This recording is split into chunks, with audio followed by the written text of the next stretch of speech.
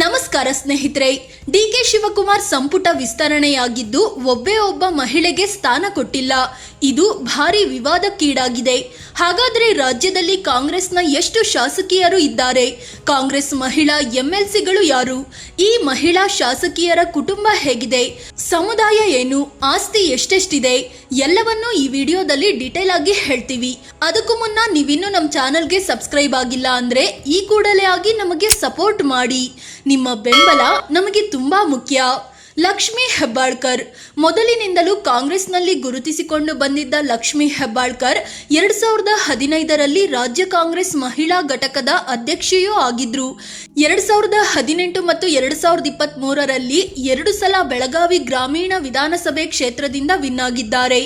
ಇವರು ಲಿಂಗಾಯತ ಸಮುದಾಯಕ್ಕೆ ಸೇರಿದವರಾಗಿದ್ದು ಗಂಡ ರವೀಂದ್ರ ಹೆಬ್ಬಾಳ್ಕರ್ ಕೃಷಿ ಮಾಡಿಕೊಂಡಿದ್ದಾರೆ. ಲಕ್ಷ್ಮಿ ಅವರಿಗೆ 51 ವರ್ಷ ವಯಸ್ಸಾಗಿದ್ದು PG ಶಿಕ್ಷಣ ಪಡೆದಿದ್ದಾರೆ. ಇವರಿಗೆ ಒಬ್ಬ ಮಗ ಕೂಡ ಇದ್ದು ಮದುವೆಯಾಗಿದೆ. ಇವರ ಹತ್ರ 13 ಕೋಟಿ 18 ಲಕ್ಷ ರೂಪಾಯಿ ಆಸ್ತಿ ಇದ್ದು 546 ಗ್ರಾಂ ತೂಕದ ಚಿನ್ನಾಭರಣ ಇದೆ.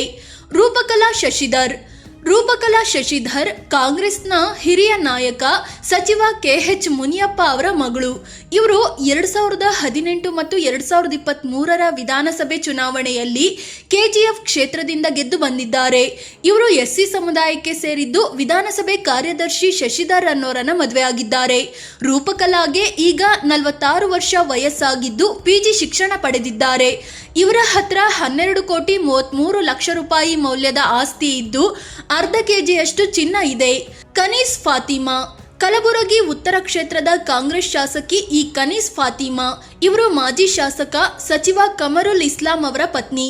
ಕಮರುಲ್ 6 ಸಲ ಶಾಸಕರಾಗಿ ಸಚಿವರಾಗಿ ಕೆಲಸ ಮಾಡಿದ್ರು. ಆದರೆ 2017ರಲ್ಲಿ ವಿಧಿವಶರಾದ್ರು. ಹೀಗಾಗಿ 2018ರಲ್ಲಿ ಅವರ ಪತ್ನಿ ಕನೀಸ್ ಫಾತಿಮಾಗೆ ಟಿಕೆಟ್ ನೀಡಲಾಯಿತು. ಅದರಂತೆ ಕನೀಸ್ ಫಾತಿಮಾ ವಿನ್ ಆದ್ರು. 2023ರಲ್ಲಿ ಕನೀಸ್ ಫಾತಿಮಾ ಇಲ್ಲಿ ವಿನ್ ಆಗಿದ್ದಾರೆ. ಇವರು ಮುಸ್ಲಿಂ ಸಮುದಾಯಕ್ಕೆ ಸೇರಿದವರಾಗಿದ್ದಾರೆ. ಇವರಿಗೆ 67 ವರ್ಷ ವಯಸ್ಸಾಗಿದ್ದು ಸೆಕೆಂಡ್ PUC ವರೆಗೆ ಓದಿದ್ದಾರೆ. ಇವರ ಹತ್ರ 18 ಕೋಟಿ 43 ಲಕ್ಷ ರೂಪಾಯಿ ಮೌಲ್ಯದ ಆಸ್ತಿ ಇದ್ದು 3 ಕೆಜಿ 160 ಗ್ರಾಂ ತೂಕದ ಚಿನ್ನಾಭರಣ ಇದೆ. ನಯನ ಮೋಟಮ್ಮ ಕಾಂಗ್ರೆಸ್ ಹಿರಿಯ ನಾಯಕಿ ಮೋಟಮ್ಮ ಮಗಳು. ಈ ನಯನ ಮೋಟಮ್ಮ ಇವರಿಗೆ ಇದೇ ಮೊದಲ ಬಾರಿಗೆ ಮೂಡಿಗೆರೆ ಕ್ಷೇತ್ರದಿಂದ ಟಿಕೆಟ್ ನೀಡಲಾಗಿತ್ತು. ಅದರಂತೆ ಇವರು ವಿನ್ ಆದ್ರು. ನಯನ SC ಸಮುದಾಯಕ್ಕೆ ಸೇರಿದ್ದು ಬಿಕಾಶ್ ಜವಾರ್ ಅನ್ನೋ ಲಾಯರ್ನ ಮದುವೆ ಆಗಿದ್ದಾರೆ. ಇವರಿಗೆ 9 ವರ್ಷದ ಆರ್ಯ ಅನ್ನೋ ಮಗಳಿದ್ದಾರೆ. ನಯನಾಗೆ ಈಗ 46 ವರ್ಷ ವಯಸ್ಸಾಗಿದ್ದು BA LLB ಮತ್ತು LLM ಶಿಕ್ಷಣ ಪಡೆದಿದ್ದಾರೆ. ಇವರ ಬಳಿ 10 ಕೋಟಿ 72 ಲಕ್ಷ ರೂಪಾಯಿ ಮೌಲ್ಯದ ಆಸ್ತಿ ಹೊಂದಿದ್ದು 181 ಗ್ರಾಂ ಚಿನ್ನಾಭರಣ ಇದೆ. ಅನ್ನಪೂರ್ಣ ತುಕಾರಾಂ ಸಂಡೂರು ಕ್ಷೇತ್ರದ ಶಾಸಕಿಯಾಗಿರೋ ಇವರು ಬಳ್ಳಾರಿ ಸಂಸದ ತುಕಾರಾಂ ಪತ್ನಿ. ತುಕಾರಾಂ ಸಂಡೂರು ಕ್ಷೇತ್ರದಲ್ಲಿ 4 ಸಲ ವಿನ್ ಆಗಿದ್ರು.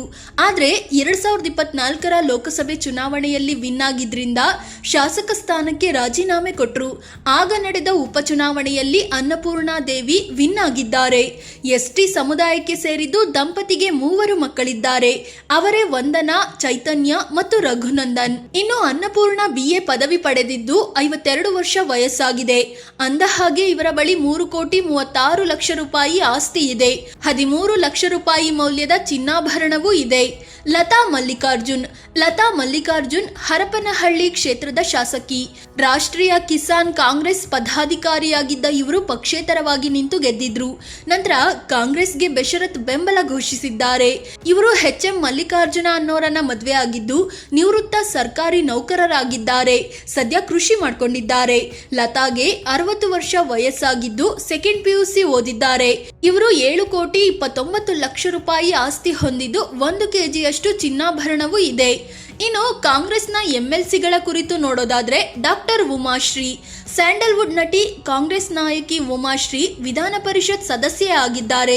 ಇವರು 2013ರಲ್ಲಿ ತೇರದಾಳ ಕ್ಷೇತ್ರದಿಂದ ಶಾಸಕರಾಗಿಯೂ ಆಯ್ಕೆ ಆಗಿದ್ರು. ಸಿದ್ದು ಸರ್ಕಾರದಲ್ಲಿ ಮಹಿಳಾ ಮತ್ತು ಮಕ್ಕಳ ಅಭಿವೃದ್ಧಿ ಹಾಗೂ ಕನ್ನಡ ಮತ್ತು ಸಂಸ್ಕೃತಿ ಇಲಾಖೆಯ ಸಚಿವೆಯಾಗಿ ಕೆಲಸ ಮಾಡಿದ್ರು. ಉಮಾಶ್ರೀ ಮದುವೆ ಆಗಿದ್ದು ಪತಿ ದೂರವಾಗಿದ್ದಾರೆ. 2 ಮಕ್ಕಳಿದ್ದು ಉಮಾಶ್ರೀಗೆ 69 ವರ್ಷ ವಯಸ್ಸಾಗಿದೆ. ಇವರ ಬಳಿ 3 ಕೋಟಿ 40 ಲಕ್ಷದಷ್ಟು ಆಸ್ತಿ ಇದೆ. 1 ಕೆಜಿಯಷ್ಟು ಚಿನ್ನಾಭರಣವೂ ಇದೆ. ಅಂದ ಹಾಗೆ ಇವರು ನೇಕಾರ ಸಮುದಾಯದವರು. AV ಗಾಯತ್ರಿ ಶಾಂತೇಗೌಡ ಚಿಕ್ಕಮಗಳೂರು ಕಾಂಗ್ರೆಸ್ ನಾಯಕಿಯಾಗಿರುವ ಇವರು 2ನೇ ಬಾರಿಗೆ ವಿಧಾನ ಪರಿಷತ್ ಸದಸ್ಯೆ ಆಗಿದ್ದಾರೆ. ಕುರುಬ ಸಮುದಾಯಕ್ಕೆ ಸೇರಿದ ಗಾಯತ್ರಿ ಚಿಕ್ಕಮಗಳೂರು ಜಿಲ್ಲಾ ಪಂಚಾಯಿತಿ ಅಧ್ಯಕ್ಷೆಯಾಗಿಯೂ ಕೆಲಸ ಮಾಡಿದ್ದಾರೆ. ಇವರ ಪತಿ ಶಾಂತೇಗೌಡ ಕೂಡ ಕಾಂಗ್ರೆಸ್ ನಾಯಕರಾಗಿದ್ದು ಚಿಕ್ಕಮಗಳೂರಲ್ಲಿ ಸ್ಪರ್ಧಿಸಿ ಸೋತಿದ್ರು. ಗಾಯತ್ರಿ ಬಳಿ 11 ಕೋಟಿ ರೂಪಾಯಿ ಮೌಲ್ಯದ ಆಸ್ತಿ ಇದ್ದು 1 ಕೆಜಿಯಷ್ಟು ಚಿನ್ನಾಭರಣ ಇದೆ. ಡಾಕ್ಟರ್ ಆರತಿ ಕೃಷ್ಣ ಇವರು 2025ರಲ್ಲಿ ಎಂಎಲ್ಸಿ ಆಗಿ ಆಯ್ಕೆ ಆಗಿದ್ದಾರೆ. ಇವರ ತಂದೆ ಬೇಗಾನೆ ರಾಮಯ್ಯ ಕೂಡ ಕಾಂಗ್ರೆಸ್ ಹಿರಿಯ ನಾಯಕರಾಗಿದ್ರು. ಶೃಂಗೇರಿ ಕ್ಷೇತ್ರದಿಂದ ಶಾಸಕರಾಗಿ ಸಚಿವರೂ ಆಗಿದ್ರು. ಆರತಿ ಕೃಷ್ಣ ಒಕ್ಕಲಿಗ ಸಮುದಾಯಕ್ಕೆ ಸೇರಿದ್ದು ಎಐಸಿಸಿಯ ಕಾರ್ಯದರ್ಶಿಯೂ ಹೌದು. ಪೊಲಿಟಿಕಲ್ ಸೈನ್ಸ್ನಲ್ಲಿ ಡಿಗ್ರಿ ಪಡೆದಿದ್ದು ಅಮೆರಿಕಾದಲ್ಲಿ ಭಾರತೀಯ ರಾಯಭಾರ ಕಚೇರಿಯಲ್ಲಿ ಸೇವೆ ಸಲ್ಲಿಸಿದ ಅನುಭವ ಹೊಂದಿದ್ದಾರೆ. ಸದ್ಯ ಅನಿವಾಸಿ ಕನ್ನಡಿಗರ ಸಮಸ್ಯೆಗಳಿಗೆ ಸ್ಪಂದಿಸಲು ಪ್ರತ್ಯೇಕ ಸಚಿವಾಲಯ ಸ್ಥಾಪಿಸುವ ನಿಟ್ಟಿನಲ್ಲಿ ಕೆಲಸ ಮಾಡ್ತಿದ್ದಾರೆ. ಆರತಿ ಕೃಷ್ಣ ಅವರ ಕುಟುಂಬ ಮತ್ತು ಆಸ್ತಿ ಬಗ್ಗೆ ಎಲ್ಲೂ ಮಾಹಿತಿ ಲಭ್ಯವಿಲ್ಲ. ಬಿಲ್ಕಿಸ್ ಬಾನು ಇವರು 2024ರಲ್ಲಿ ವಿಧಾನ ಪರಿಷತ್ಗೆ ಆಯ್ಕೆ ಆಗಿದ್ದಾರೆ. ಶಿವಮೊಗ್ಗ ಜಿಲ್ಲೆಯ ಭದ್ರಾವತಿ ಮೂಲದ ಇವರು ರಾಜಕೀಯಕ್ಕೆ ಬರೋ ಮುನ್ನ ಟೀಚರ್ ಆಗಿದ್ರು. ಮೊದಲು ಜೆಡಿಎಸ್ನಲ್ಲಿದ್ದು ನಂತರ ಕಾಂಗ್ರೆಸ್ ಸೇರಿದ್ರು. ಶಿವಮೊಗ್ಗ ಜಿಲ್ಲಾ ಪಂಚಾಯಿತಿ ಅಧ್ಯಕ್ಷೆಯಾಗಿಯೂ ಕೆಲಸ ಮಾಡಿದ್ರು. ಈಗ ಕೆಪಿಸಿಸಿ ಪ್ರಧಾನ ಕಾರ್ಯದರ್ಶಿ ಜವಾಬ್ದಾರಿ ನಿಭಾಯಿಸುತ್ತಿದ್ದಾರೆ. ಇವರ ಪತಿ ಮೊಹಮ್ಮದ್ ಅಸ್ಗರ್ ಲಾಯರ್ ಆಗಿದ್ದು ಕೃಷಿಯಲ್ಲೂ ತೊಡಗಿಸಿಕೊಂಡಿದ್ದಾರೆ. ಬಿಲ್ಕಿಸ್ ಬಾನು 2 ಕೋಟಿ 31 ಲಕ್ಷ ರೂಪಾಯಿ ಆಸ್ತಿ ಹೊಂದಿದ್ದು 96 ಗ್ರಾಂ ಚಿನ್ನಾಭರಣ ಕೂಡ ಇದೆ. ಸ್ನೇಹಿತರೆ, ಇದು ರಾಜ್ಯದ ಕಾಂಗ್ರೆಸ್ ಲೇಡಿ ಎಂಎಲ್ಎ ಮತ್ತು ಎಂಎಲ್ಸಿಗಳ ಕುರಿತು ಮಾಹಿತಿ ಕೊಡೋ ಪ್ರಯತ್ನ. ಒಟ್ಟು 10 ಮಂದಿ ಇದ್ರು, ಅವರಲ್ಲಿ ಒಬ್ಬರಿಗೂ ಸಚಿವ ಸ್ಥಾನ ಕೊಟ್ಟಿಲ್ಲ. ಈ ಬಗ್ಗೆ ನಿಮಗೇನು ಅನ್ಸುತ್ತೆ? ಸಚಿವ ಸ್ಥಾನ ಯಾರಿಗೆ ಕೊಡಬೇಕು? ಕಾಮೆಂಟ್ ಮಾಡಿ ನಿಮ್ಮ ಅಭಿಪ್ರಾಯ ಹೇಳಿ. ಅದೇ ರೀತಿ ನೀವಿನ್ನೂ ನಮ್ಮ ಚಾನಲ್ಗೆ ಸಬ್ಸ್ಕ್ರೈಬ್ ಆಗಿಲ್ಲ ಅಂದರೆ ಈಗಲೇ ಆಗಿ ನಮಗೆ ಸಪೋರ್ಟ್ ಮಾಡಿ. ನಿಮ್ಮ ಬೆಂಬಲ ನಮಗೆ ತುಂಬ ಮುಖ್ಯ. ಧನ್ಯವಾದ.